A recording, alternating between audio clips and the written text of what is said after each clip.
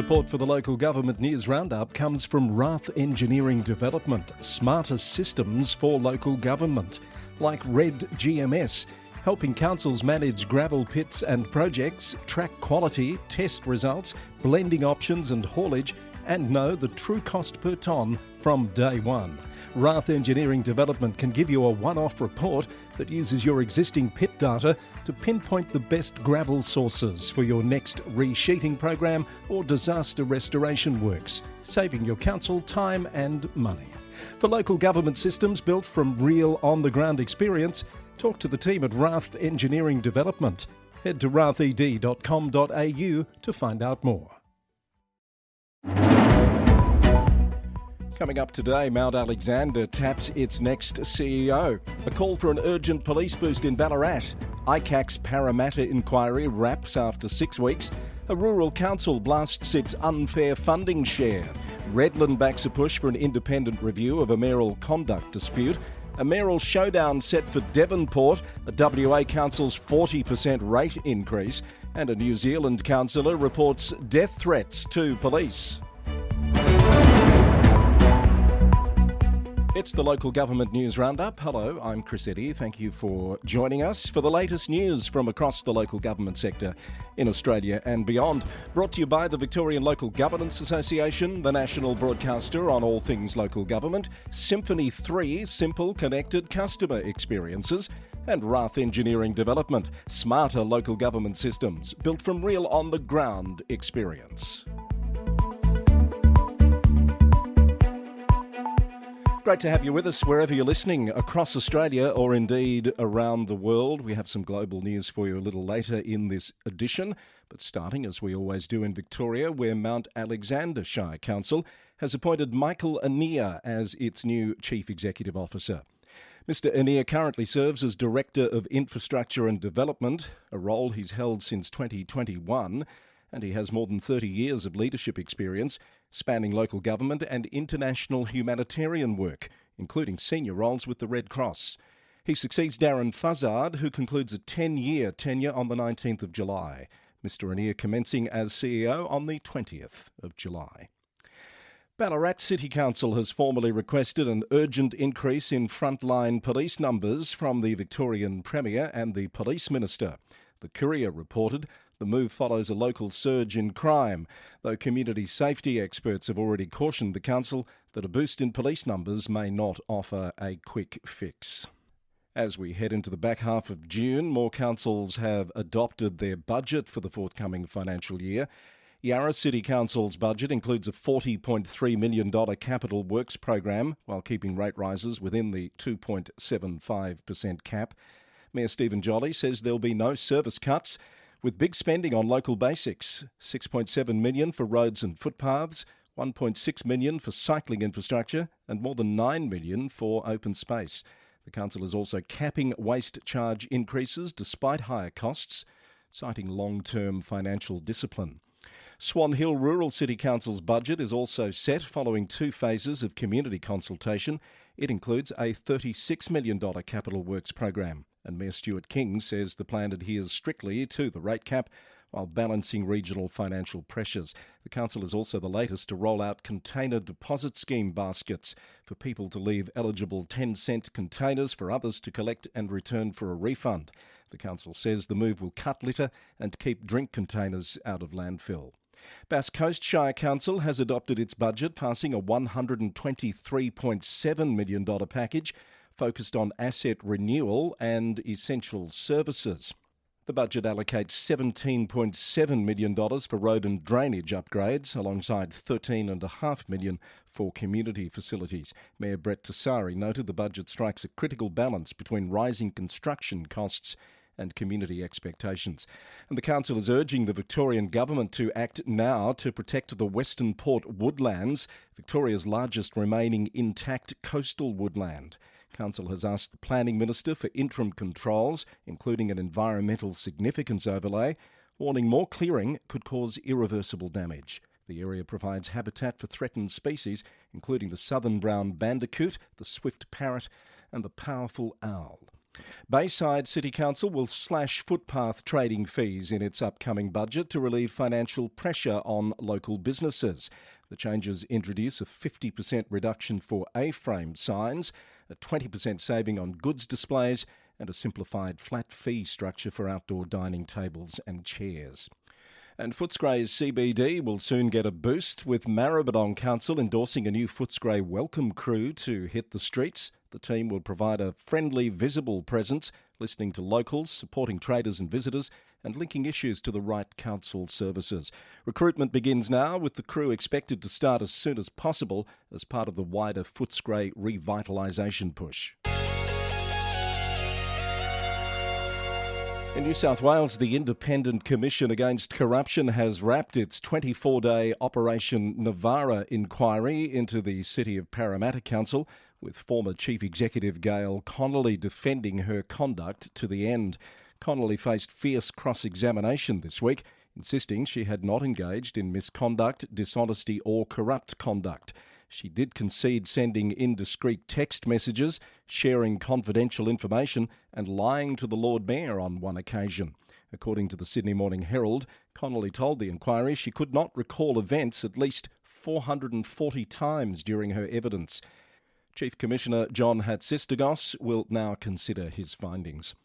Northern Beaches Council has voted to lobby the New South Wales Government for tougher powers to manage shared e-bike schemes. The move follows community frustration over dumped vehicles blocking footpaths and driveways around Manly. As reported by the Daily Telegraph, the council wants amendments to state legislation to allow rangers to immediately seize obstructing bikes, eliminating the current 3-hour notice period required under the Public Spaces Act. Balranald Shire Council in far western New South Wales has gone public with concerns over what it calls an inequitable share of Sustainable Communities program funding. Mayor Louis Zafina says the Shire has received just over $731,000, despite around $75 million in water buybacks occurring in the area in recent months. By comparison, they say councils including Murray River, Griffith City and Murrumbidgee have each received more than $10 million. The Mayor says the council will seek a full explanation from state and federal governments on how funding was assessed and weighted. Glen Innes Severn Council is urging Transport for New South Wales to reshape a draft regional transport plan, arguing investments should create growth rather than simply follow it. Mayor Margot Davis says Glen Innes is being underplayed as a regional centre, with too much focus on southern corridors and not enough attention on northern and cross-border links into Queensland.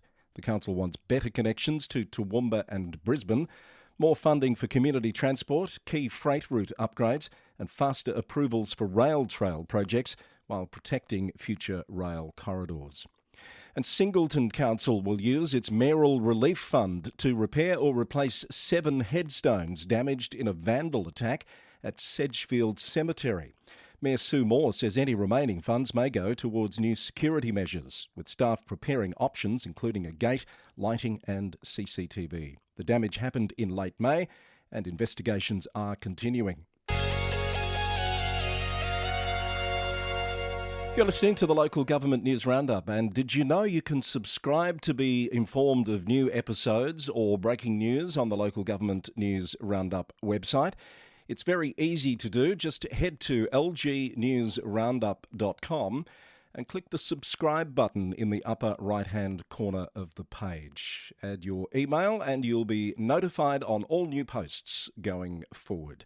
That's lgnewsroundup.com, our terrific new website which was prepared for us by Rath Engineering Development. Now let's head to Queensland for more news. And Redland City Council has voted to request that the state government consider an independent review into an alleged conduct incident involving Mayor Jos Mitchell. Redland Bayside News reported that a motion passed at Wednesday's general meeting asks the Director General of Local Government to determine if an independent inquiry is warranted following the Mayor's public complaints regarding her treatment at an April meeting. Councillors debated whether to defer the decision while Mayor Mitchell remains on leave, but ultimately voted to progress the matter to clear the air for the community. Southern Downs Regional Council has backed Queensland Government plans to invest $3 million in further investigations into the viability of Emu Swamp Dam. The move follows the state's regional water assessment released last August and targets one of its key recommendations. Mayor Melissa Hamilton says water security remains the council's top priority, calling the funding a step toward improving drought resilience for local communities, businesses and agriculture. And South Burnett Regional Council has adopted a new policy allowing trained authorised compliance officers to wear body-worn cameras. The devices will be used to gather evidence for local law breaches, enhance community safety and mitigate risks to staff. The council says strict data protections are in place, with non-evidential footage permanently deleted after 90 days. In Tasmania, a Devonport mayoral contest is locked in for October following state government reforms, reducing the council from 9 seats to 7. According to The Advocate, former Mayor Steve Martin will challenge incumbent Mayor Alison Jarman for the top job. Meanwhile, 77-year-old veteran councillor Peter Hollister has confirmed he will recontest, aiming for the deputy mayoralty, along with councillor Damien Viney. Councillors Gerard Ennis and Lee Murphy have announced they will retire. And Huon Valley Council has launched an initiative to streamline the reporting of dog attacks and promote responsible pet ownership across the municipality. New signage featuring direct QR codes to online incident report forms is being rolled out at all designated off-lead areas. The council has also refreshed its online dog management hub to provide clearer guidance on local regulations, registration and microchipping. The initiative aims to give community members instant access to reporting tools on the spot while supporting shared space safety. Making news out of South Australia, an independent review into leadership and behaviour within South Australian local government has uncovered widespread issues prompting urgent calls for reform. Commissioned by the LGA South Australia, the Flinders University study outlines 10 key findings and 35 recommendations addressing bullying, harassment and psychological safety. The report establishes a roadmap for systemic, council-level and individual improvements to strengthen governance and workplace culture across the sector. And in WA, the City of South Perth Council has voted unanimously to request a further 2-month extension for its state-appointed monitor, Gail McGowan. But according to a report from Perth Now, there is some internal confusion over what has been achieved so far. Acting CEO Anita Amprimo confirmed that an action plan has not yet been drafted, while the city awaits the completion of an internal psychosocial risk assessment. The extension, which requires approval from the local government inspector, would keep the monitor in place until August 17th at an ongoing cost to ratepayers of $900 per day. The City of Vincent Council has unanimously approved a 40.9% rate increase for vacant residential properties in its upcoming budget, according to WA Today.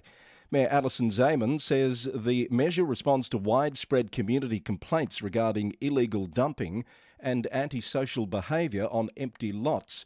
Exemptions will apply to land that has recently become vacant or properties holding an active building permit. The increase is the maximum differential rate allowed under legislation. City of Melville Mayor Katie Mayer has been recognised for nearly 3 decades of community service, receiving a Merit Award in the Walga 2026 Local Government Honours Program. The award was presented at the WA Museum Bullabardip on Friday night, celebrating contributions to local government and the wider community. Shire of Manjimup CEO Ben Rose has also received a Merit Award. He was recognised for more than 2 decades of public service and leadership across regional and metropolitan WA, as well as in the UK planning system. He's been Manjimup CEO since 2023. Let's check in on some overseas jurisdictions for what's making news. Across in New Zealand, Waitaki District Councillor Sven Thelding has reported death threats to police after backlash over a steep rates rise. The council is lifting rates by an average 22% from the 1st of July, down from a previously proposed 45% increase to address a multi-million-dollar deficit. Councillor Thelding, who argued the higher rise was justified on the financials, was targeted on social media after claims he told struggling residents to use food banks. The comments have since been removed and the page owner has apologised. Police are advising the council on safety and a protest is planned for June 25, according to RNZ News. The August 9 deadline is fast approaching for consolidation proposals in New Zealand's local government sector.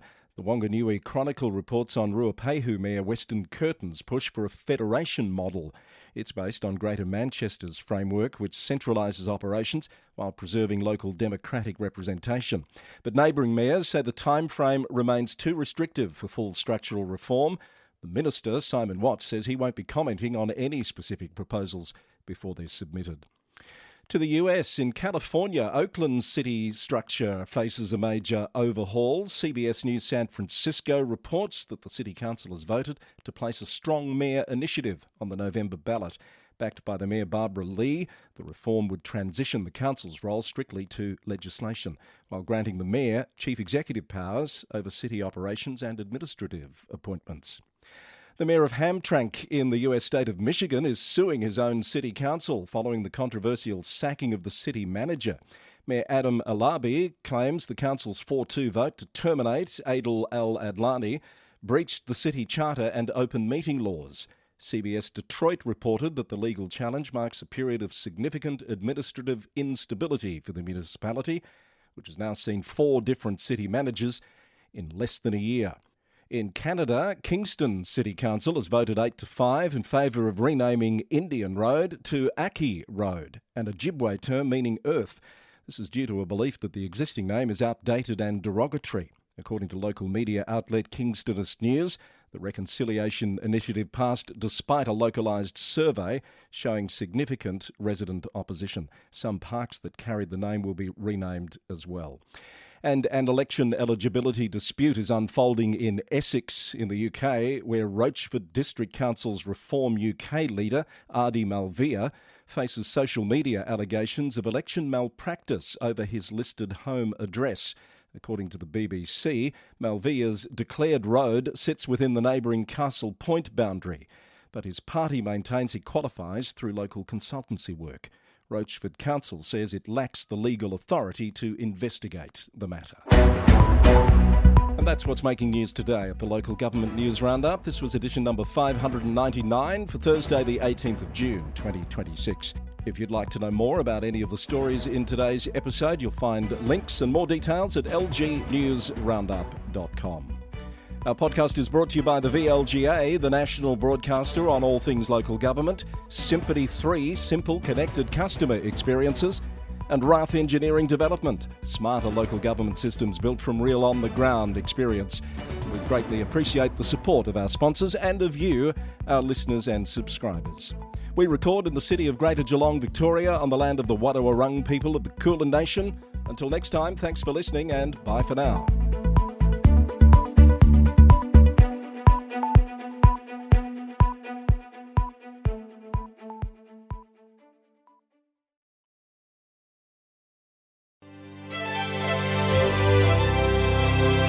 Support for the Roundup comes from Symphony 3, allowing councils to connect their systems securely, to automate their data flows and to monitor performance in real time.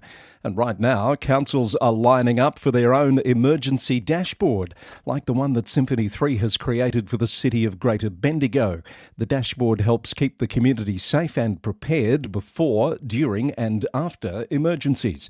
It pulls together live data, including weather data, traffic data, emergency incidents, unplanned and planned disruptions, news and social media feeds. Visit www.symphony3.com to learn how you can get an emergency dashboard for your community.